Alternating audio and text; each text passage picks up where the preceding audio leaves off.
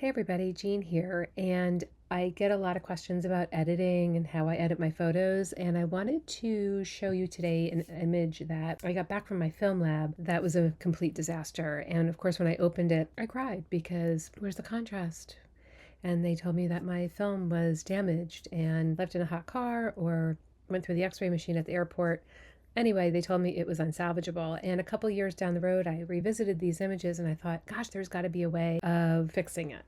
And so that's what I'm going to show you today. I'm going to show you how I went from here to here. Now, in the Adobe Lightroom Develop panel, they like you to work in the order in which the panel is shown.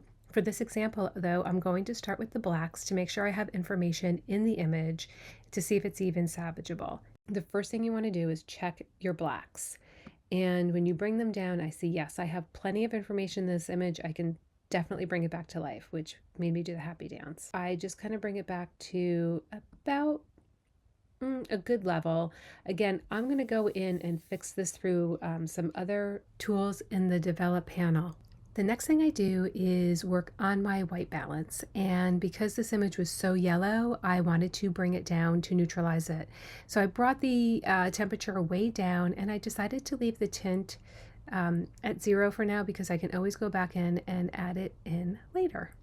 The next thing I do is I use the story profile from Charlotte Story. It will bring the natural, real colors of your image to life. The next thing I go in and do is I will also then bring in my shadows. Again, I bring them all the way down to see where my edge is, and then I'll bring them back up to where I think it's at the point where it's not going to make a difference or it's going to make the image too muddy. Then what I'm going to do is I will then go in and do the same thing kind of with my highlights, let's see, and my white panel. And again, the image is really starting to look really quite lovely. Now, the next thing I'll go in and do is because I want more contrast in here, I want my darks and my shadows to light up, and so I'll go in and see if my shadows will how far I can push my shadows and my darks. And again, you push it to kind of where the image isn't getting muddy. As you can see, this is where we started and this is where we're at right now. Okay, moving right along. The next thing that you want to do then is I'll go in and give a couple of clicks of texture, clarity, and even the dehaze to this image, and it really starts to pop. I'm getting a nice separation from my subject in the background as well. And on this image, I did give it some vibrance and saturation.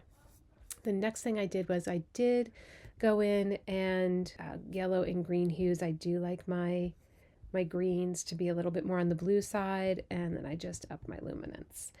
Now, as you can see, the background is still really blue, but her skin tones are super nice. Like, I really like the way they're looking right now. You don't want to go back in and switch your white, your temperature, your white balance, because that will only affect the whole image. I'm trying to now only affect the shadows.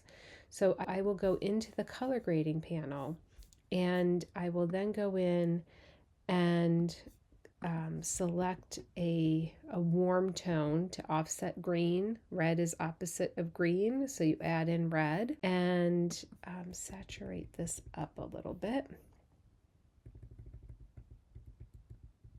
And that looks about right. And again, we can go back and see what our before and what our after is. That is a pretty nice looking image. Now, the next thing you just want to go in and do is pop in some exposure. So I just kind of give it a couple clicks, and that's it. I'm done.